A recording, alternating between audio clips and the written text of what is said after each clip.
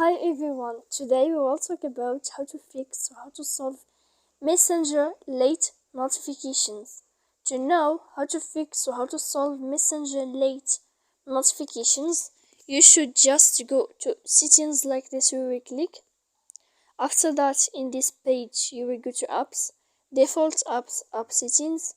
When you will see this list, you will go down to find the application of Messenger and you will enter.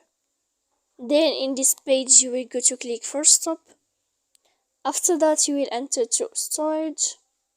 When you will see this page you will click clear cache.